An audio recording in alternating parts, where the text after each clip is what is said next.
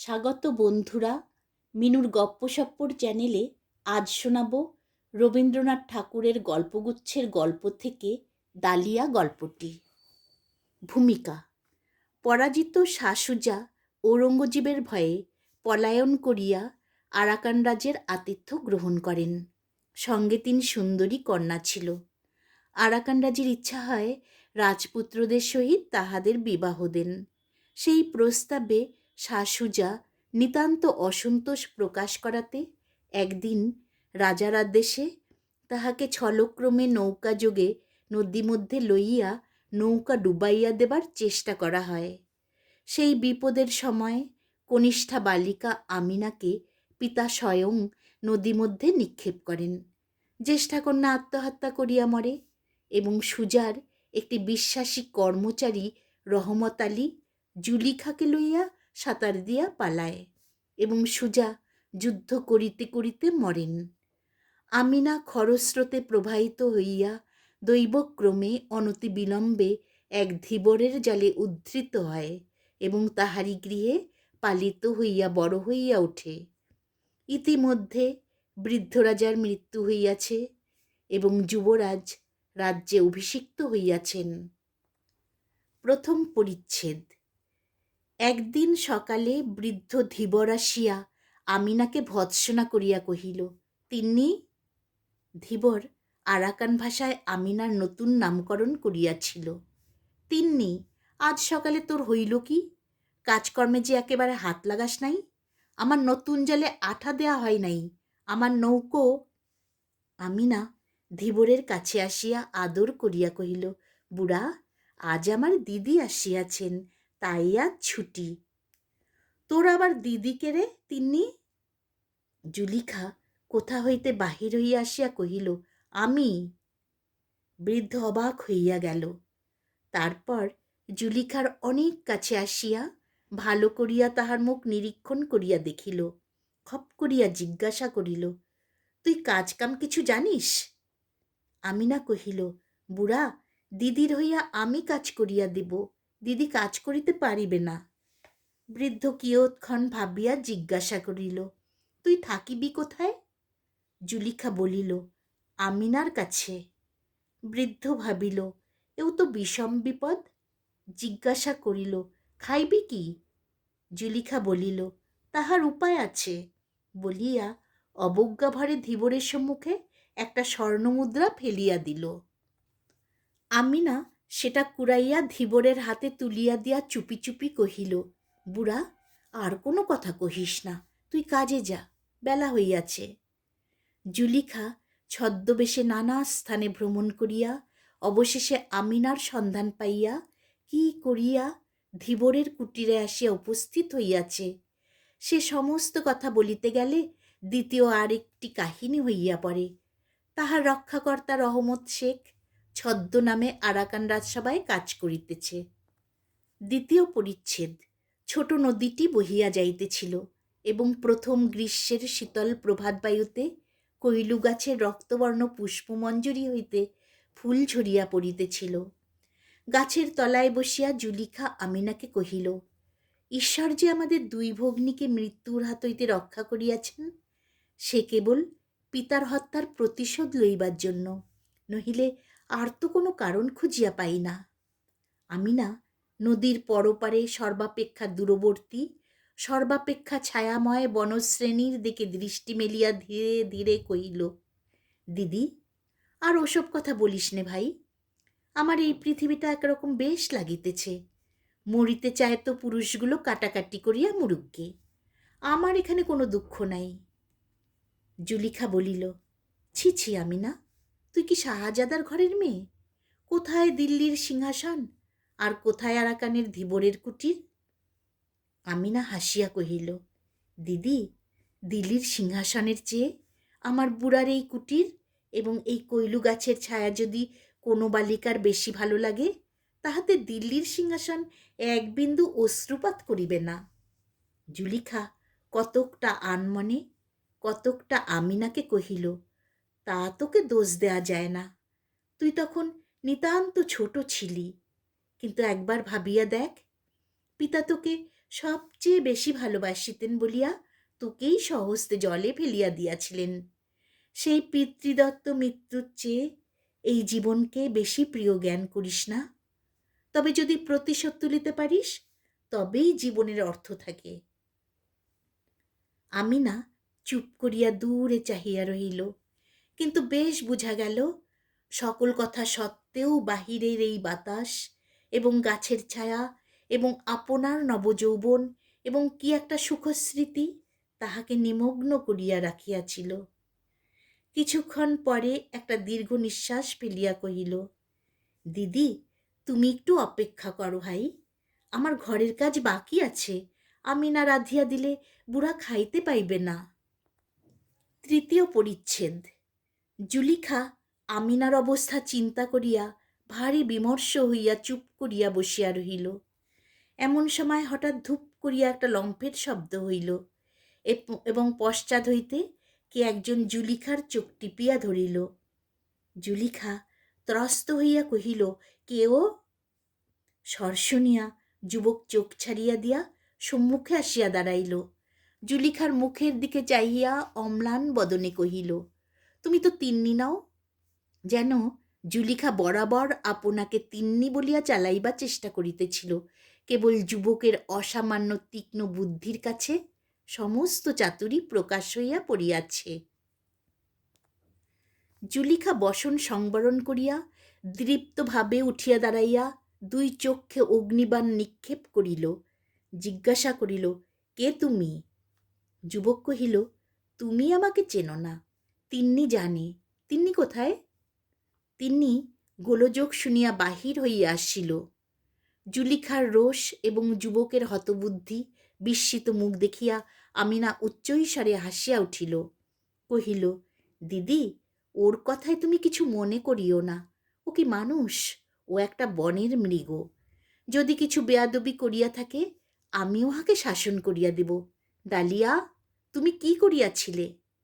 যুবক তৎক্ষণাৎ কহিল, চোখ টিপিয়া ধরিয়াছিলাম। আমি মনে করিয়াছিলাম তিন্নি, কিন্তু ও তো তিন্নি নয়। তিন্নি সহসা দুঃসাহ ক্রোধ প্রকাশ করিয়া উঠিয়া কহিল, ফের ছোট মুখে বড় কথা। কবে তুমি তিন্নির চোখ টিপিয়াছ? তোমার তো সাহস কম নয়। যুবক কহিল, চোখ টিপিতে তো খুব বেশি সাহসের দরকার করে না, বিশেষত পূর্বের অভ্যাস থাকিলে। কিন্তু সত্য বলিতেছি তিন্নি, আজ একটু ভয় পাইয়া গিয়াছিলাম বলিয়া গোপনে জুলিখার প্রতি অঙ্গুলি নির্দেশ করিয়া আমিনার মুখের দিকে চাহিয়া নিঃশব্দে হাসিতে লাগিল। আমিনা কহিল, না, তুমি অতি বর্বর, শাহজাদির সম্মুখে দাঁড়াইবার যোগ্য নও। তোমাকে সহবত শিক্ষা দেয়া আবশ্যক। দেখো, এমনই করিয়া সালাম করো। বলিয়া আমিনা তাহার যৌবন মঞ্জরিত তনুলতা অতি মধুর ভঙ্গিতে নত করিয়া জুলিখাকে সালাম করিল। যুবক বহু কষ্টে তাহার নিতান্ত অসম্পূর্ণ অনুকরণ করিল। বলিল, এমনই করিয়া 3 পা পিছু হটিয়া আইস। যুবক পিছু হটিয়া আসিল। আবার সালাম করো। আবার সালাম করিল।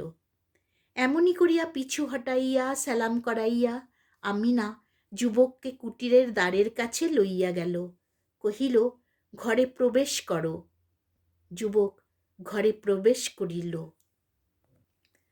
আমিনা বাহির হইতে ঘরের দ্বার রুদ্ধ করিয়া দিয়া কহিল, একটু ঘরের কাজ করো, আগুনটা জ্বালাইয়া রাখো।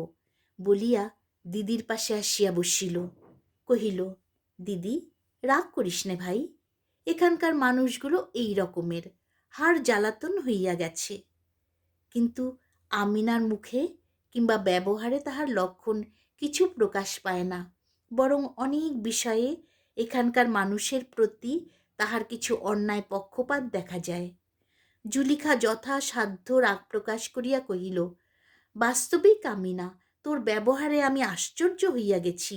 একজন বাহিরের যুবক আসিয়া তোকে স্পর্শ করিতে পারে, এত বড় তাহার সাহস।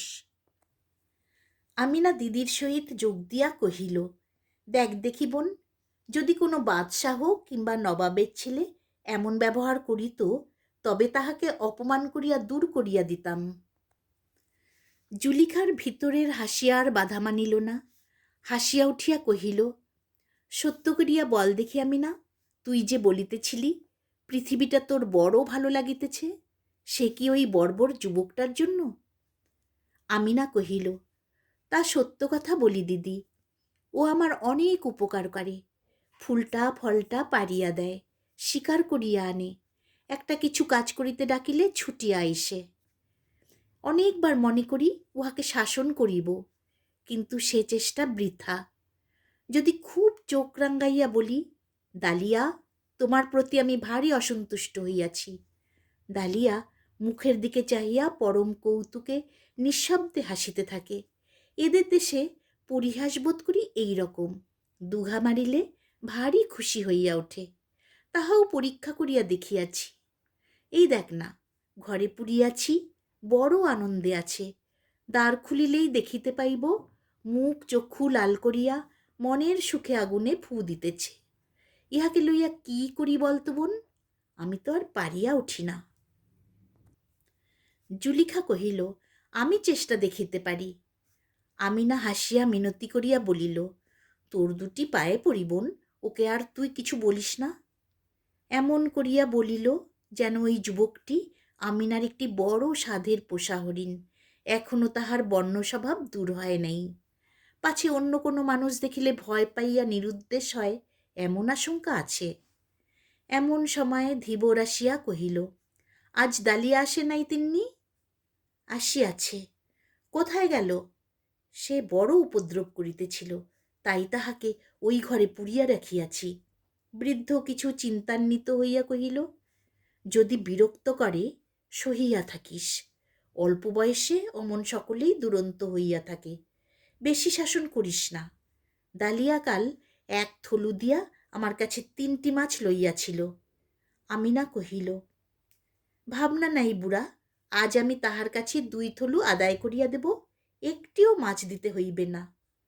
বৃদ্ধ তাহার পালিত কন্যার এত অল্প বয়সে এমন চাতুরী এবং বিষয়বুদ্ধি দেখিয়া পরম প্রীত হইয়া তাহার মাথায় সস্নেহে হাত বুলাইয়া চলিয়া গেল। 4র্থ পরিচ্ছেদ। আশ্চর্য এই, দালিয়ার আসা যাওয়া সম্বন্ধে জুলিখার ক্রমে আর আপত্তি রহিল না।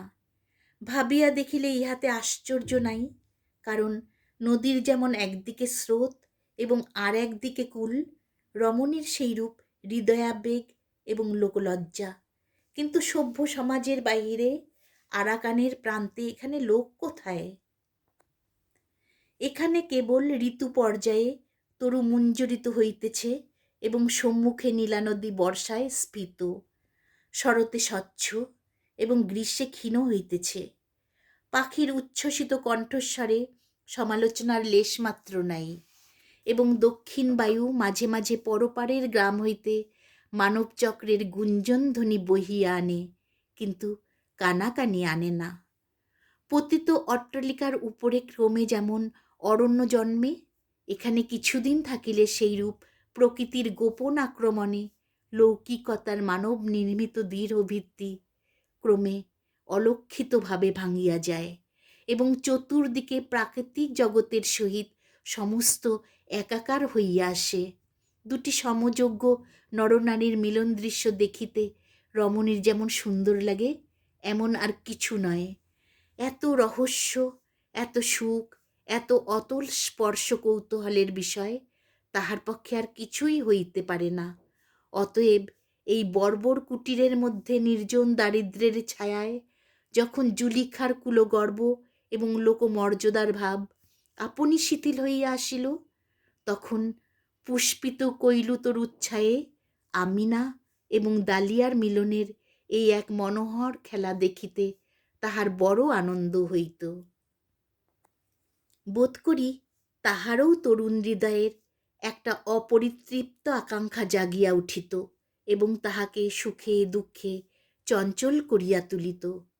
অবশেষে এমন হইল, কোনো দিন যুবকের আসিতে বিলম্ব হইলে আমিনা যেমন উৎকণ্ঠিত হইয়া থাকিত, জুলিখাও তেমনি আগ্রহের সহিত প্রতীক্ষা করিত, এবং উভয়ে একত্র হইলে চিত্রকর নিজের সদ্য সমাপ্ত ছবি ঈষৎ দূর হইতে যেমন করিয়া দেখে, তেমনি করিয়া সস্নেহে সহাস্যে নিরীক্ষণ করিয়া দেখিত। কোনো কোনো দিন মৌখিক ঝগড়াও করিত, ছল করিয়া ভৎসনা করিত। আমিনাকে গৃহে রুদ্ধ করিয়া যুবকের মিলনাবেগ প্রতিহত করিত। সম্রাট এবং অরণ্যের মধ্যে একটা সাদৃশ্য আছে। উভয়ে স্বাধীন, উভয়েই স্বরাজ্যের একাধিপতি, উভয়কেই কাহারও নিয়ম মানিয়া চলিতে হয় না। উভয়েই প্রকৃতির একটা স্বাভাবিক বৃহত্ব এবং সরলতা আছে। যাহারা মাঝারি, যাহারা দিনরাত্রি লোকশাস্ত্রের অক্ষর মিলাইয়া জীবনযাপন করে, তাহারাই কিছু স্বতন্ত্র গোছের হয়। তাহারাই বড়োর কাছে দাস, ছোটোর কাছে প্রভু এবং অস্থানে নিতান্ত কিংকর্তব্য বিমূঢ় হইয়া দাঁড়ায়। বর্বর দালিয়া প্রকৃতি সাম্রাজ্ঞীর উচ্ছৃঙ্খল ছেলে।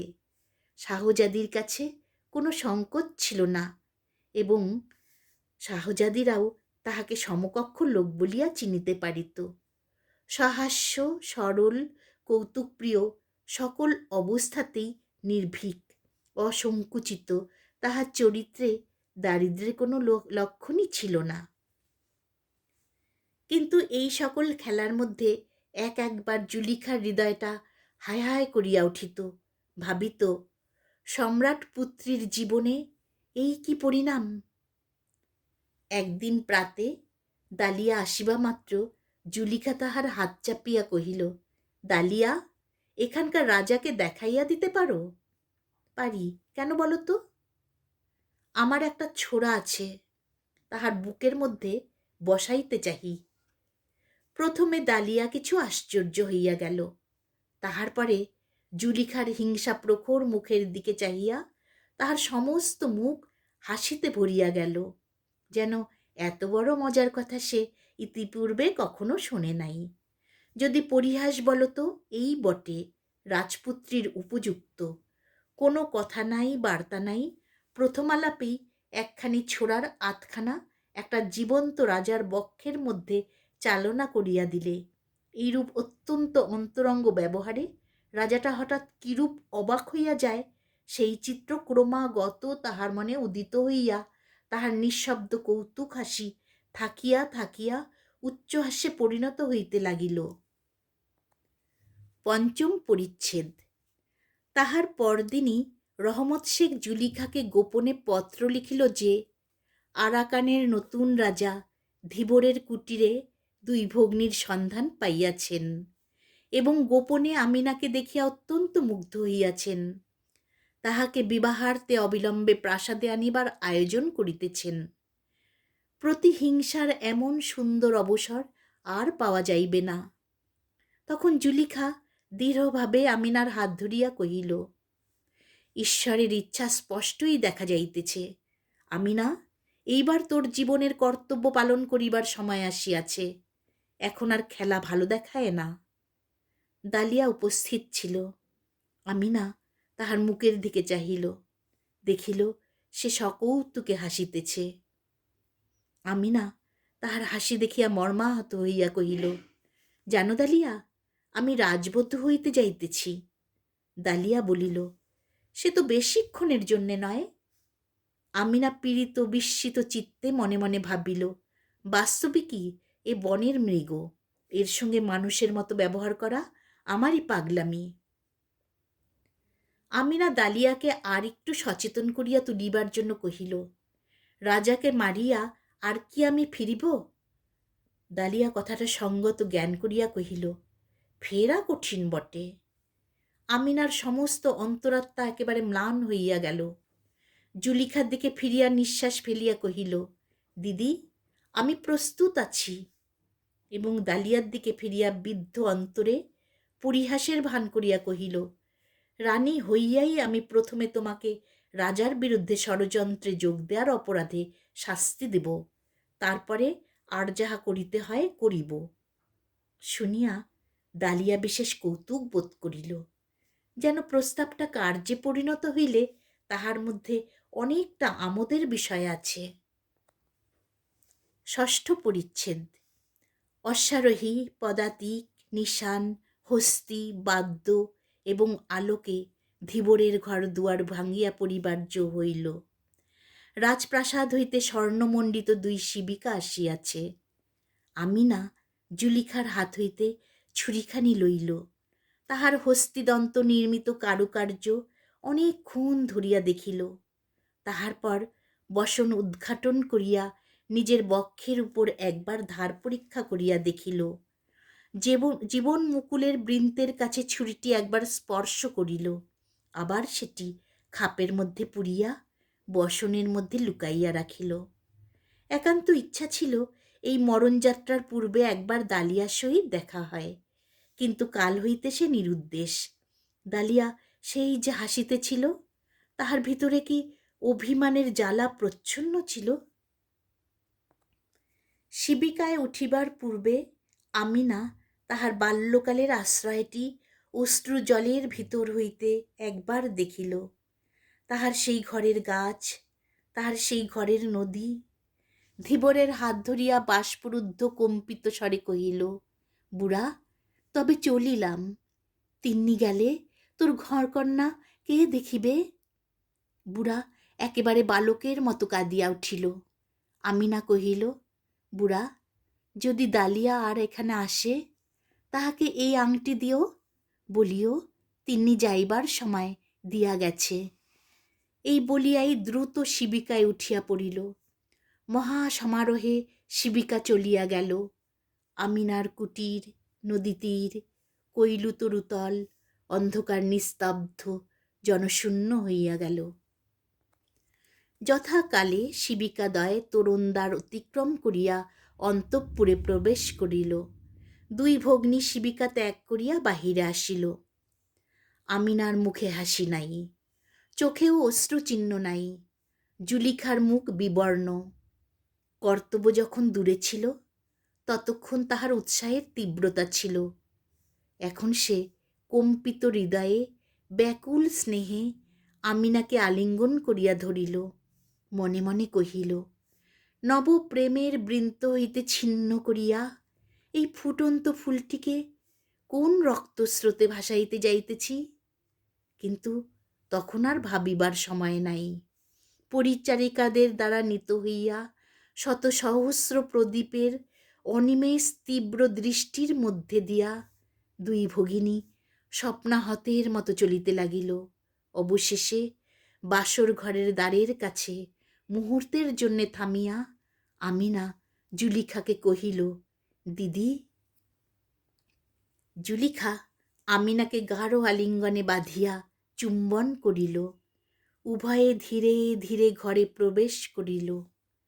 রাজবেশ পরিয়া ঘরের মাঝখানে মছলন শয্যার উপর রাজা বসিয়া আছেন। আমিনা সসংকোচে দ্বারের অনতি দূরে দাঁড়াইয়া রহিল। জুলিখা অগ্রসর হইয়া রাজার নিকটবর্তী হইয়া দেখিল, রাজা নিঃশব্দে সকৌতুকে হাসিতেছেন। জুলিখা বলিয়া উঠিল, দালিয়া। আমিনা মূর্ছিত হইয়া পড়িল। দালিয়া উঠিয়া তাহাকে আহত পাখিটির মতো কোলে করিয়া তুলিয়া শয্যায় লইয়া গেল। আমিনা সচেতন হইয়া বুকের মধ্যে হইতে ছুরিটি বাহির করিয়া দিদির মুখের দিকে চাহিল। দিদি দালিয়ার মুখের দিকে চাহিল।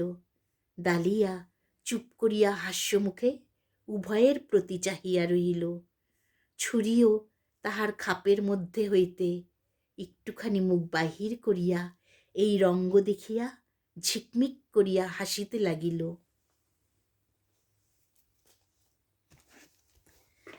মিনুর গপ্পসপ্পর আসরে শুনছিলে দালিয়া গল্পটি। গল্পটিতে আরাকান থলু শব্দটির অর্থ হল স্বর্ণমুদ্রা। গল্পটি ভালো লাগলে অবশ্যই কমেন্ট করে জানাবে। ভালো থাকবে। বাই।